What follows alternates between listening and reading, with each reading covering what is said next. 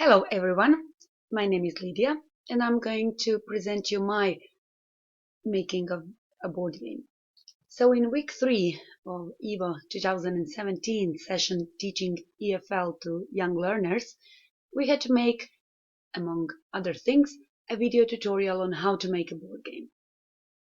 First of all, what is a game? This activity is excellent for both students of older age and for teachers. There are many definitions on games. These are all mine. For example, games are a break from the routine. Games can be used as a warm-up activity. Games are challenging. Games shouldn't be used just to fill time.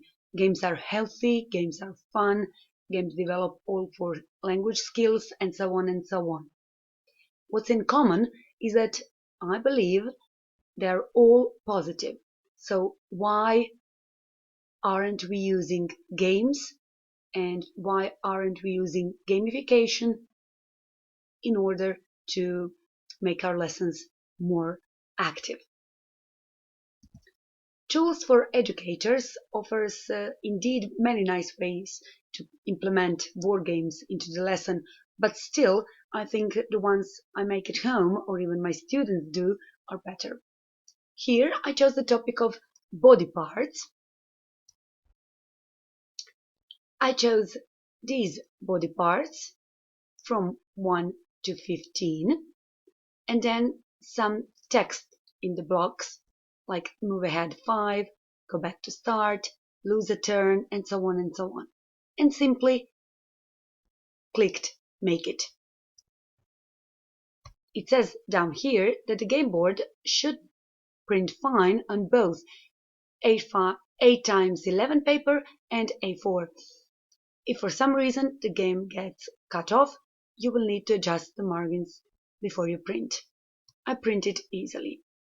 I got this game board. I chose Galactic Challenge. Start is here. Move ahead 5. So if you get only 1, you can still move ahead 6 spaces. It's great. I can use it in a lot of different ways. But again, still, I like mine better. Why? Because children are involved more. In my school, we get a lot of posters, and I mean a lot, from different publishers. For example, I use Oxford University Press books, so I get these posters from Oxford. These are great because they have 1, 2, 3, 4, 5, and so on columns, and A, B, C, D, and so on rows. So I can say, for example, B1, what is it? It's a tent. Okay. C2, what is it? What are they? They are bananas. Okay. D5, what is it? It's a jacket, and so on. The one activity I like the most is that I write these keys, B1, C1, C2, and so on. They have to write the words. They have to know how to spell them.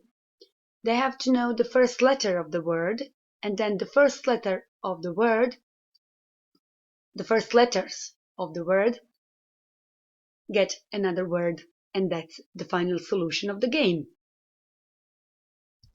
It was Australia Day on the 26th of January, so here we used their English slang, and this was quite fun with my 7th graders.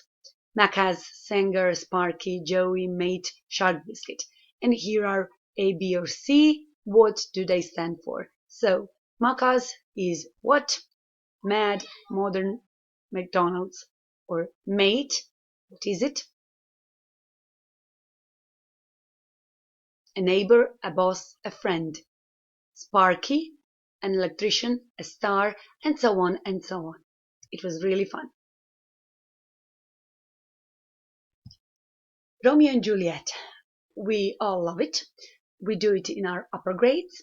But here, my students, because remember, I have 80 to 85% of Roma students in my school, who are not so much familiar with the English and the German and other languages, because their own Roma language isn't an official one, so they have problems with Croatian as well.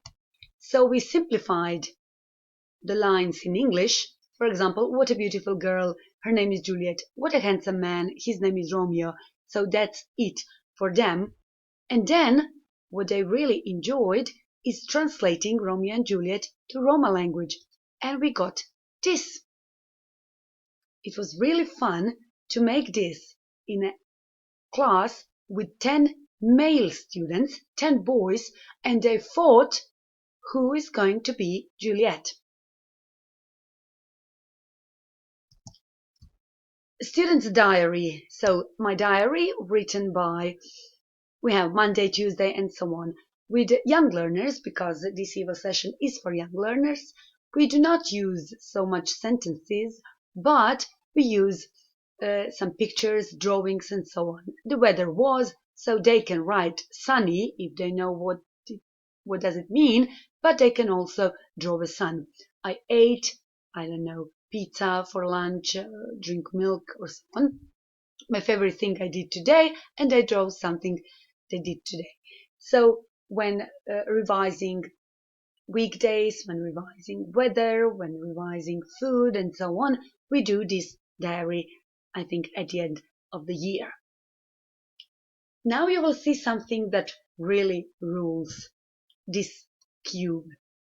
There are 6 transparent pockets, if you can see. So the edge is here, and then this is a pocket, and here the yellow one, and the pink one, and so on. There are 6 of them, of course.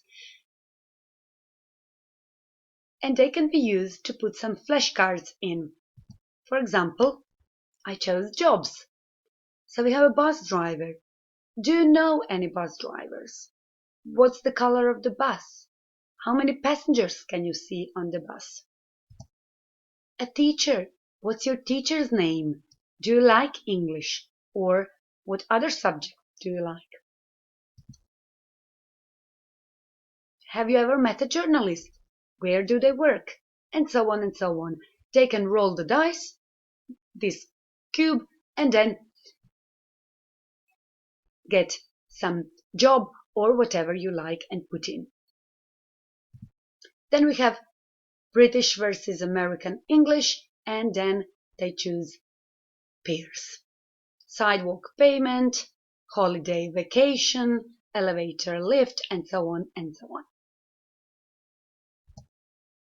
This is my favorite one. It's about London, of course. On one side we have 10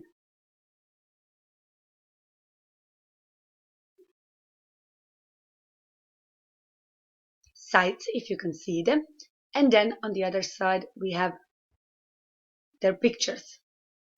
It's a very, very simple memory game. So you can turn them over and then write, I don't know, letters on the site names and, for example, numbers on the pictures. Spelling bee contest. So we have words from 3 to 5 letters, and then from 5 and more letters for younger learners and for older learners. They can first practice by looking at the card. So ball, B-A-L-L, or B-A-double-L if you're introducing it, ball. And then later on in older upper classes, they can try to do it without looking at the card. And finally, this one is fortune teller. So using future simple tense, using will, for example, in horoscope signs. Scorpio, this week will be bad in many ways, but not as bad as the following week. Or Pisces, it will be a difficult week. Don't travel by train. Or Aries, some very strange things will happen on Tuesday. Try to laugh about them, and so on, so on. It's very, very fun because many are the same horoscope signs, and of course there are always the ones that are not included. So I have many, many more board games. I chose these because they cover from the grade 1 to grade 8.